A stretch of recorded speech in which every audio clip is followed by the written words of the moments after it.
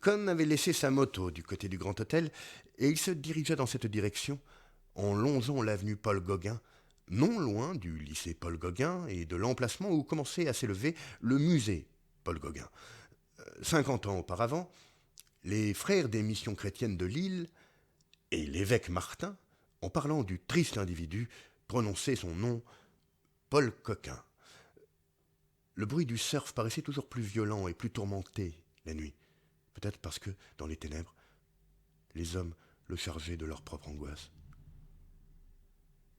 La voie lactée laissait traîner dans les flots la queue de ses années-lumière, et l'océan étincelait des phosphorescences éphémères qui tombaient du ciel, comme la petite monnaie de l'éternité. Le lagon, les mâts des goélettes, les cocotiers de l'îlot de Motu Uta reposaient dans le clair de lune. Quelque part au fond de tout cela, le volcan depuis longtemps éteint dont l'île était sortie rappelait à Cohn tous les feux morts des vieilles colères et des espoirs usés. C'est de ces passions que naissent les pierres.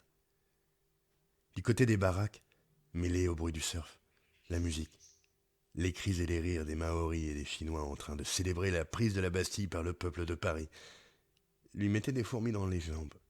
Il avait envie de danser. Cohn venait de s'installer sur la moto blanche au guidon ouvert comme des ailes, ce qui lui donnait parfois l'impression d'être Saint-Georges partant à la recherche du dragon, lorsqu'il vit une Citroën qu'il connaissait bien s'arrêter à côté de lui.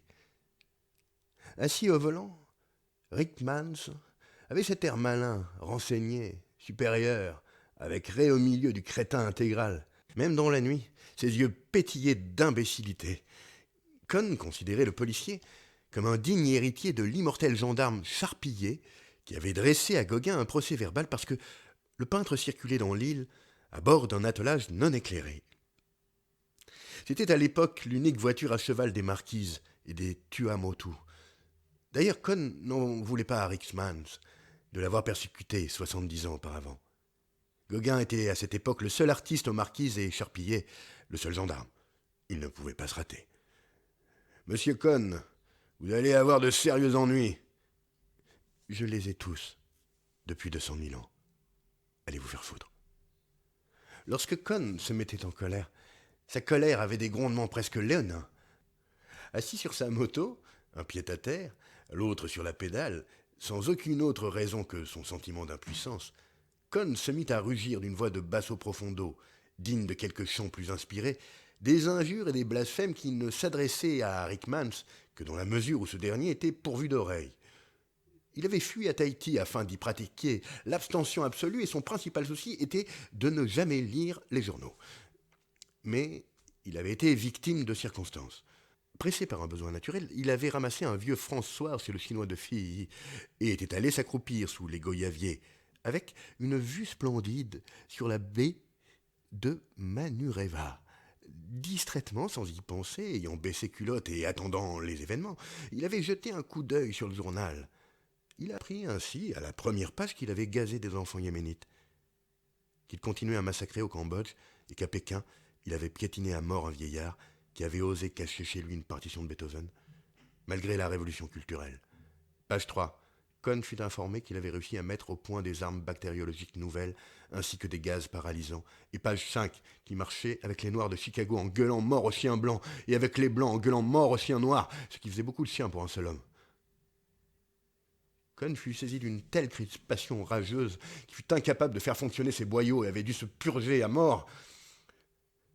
Assis sur sa moto, Cohn gueulait, peu importaient les mots. La seule chose qui comptait était de se libérer. Il ne pouvait plus y avoir de peinture, de musique, de littérature face à la puissance. Rien qu'un rugissement inarticulé, le premier cri d'horreur originel retrouvé. Kafka avait écrit que le pouvoir des cris était si grand qu'il allait briser les rigueurs décrétées contre l'homme. Mais après avoir craché à la figure du centurion Flavius qui avait dressé la croix, Jésus hurlait déjà depuis que ce pionnier avait enfoncé le premier clou dans la paume de sa main droite, et lorsque Cohn essayait de faire le compte du nombre de clous qu'on avait enfoncés dans le corps du Christ depuis 2000 ans, il comprenait enfin dans quel but les hommes avaient mis au point les calculatrices électroniques. Ricksman le regardait avec ahurissement. « Qu'est-ce qui vous prend ?» Cohn se calma. Le pouvoir des cris, de Kafka, était un leurre, mais ça soulageait. Ça dégageait un peu les voies respiratoires. C'était un bon exercice de yoga. Qu'est-ce que vous avez à gueuler comme ça? Con le regardait sévèrement. La douceur de l'air versait sur eux sa tendresse parfumée, et des branches des flamboyants, les pétales pleuvaient parfois sur leur tête coupable. La nature avait pitié. Les souffles de la nuit leur prodiguaient leur bonté gaspillée. Des papillons obscurs heurtaient leurs visages, et les lucioles promenaient autour d'eux leurs étoiles terrestres. Le tumulte de l'océan s'était apaisé.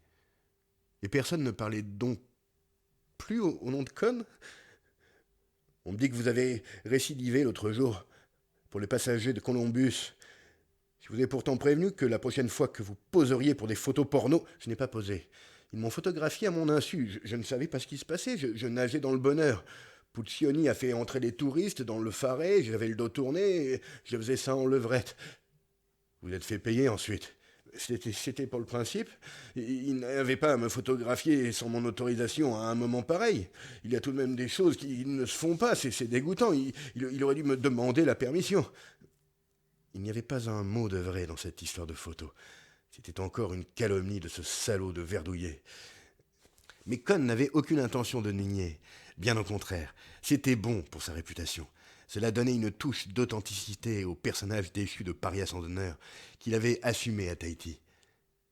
Il ne pouvait venir à l'idée de personne de le chercher là-dedans. Personne ne soupçonnait sa véritable identité. Et il se sentait en sécurité. Évidemment, une bonne amnésie eût fait mieux son affaire, mais on ne pouvait pas tout avoir. Il lança à Riksmans un clin d'œil, canaille, et démarra.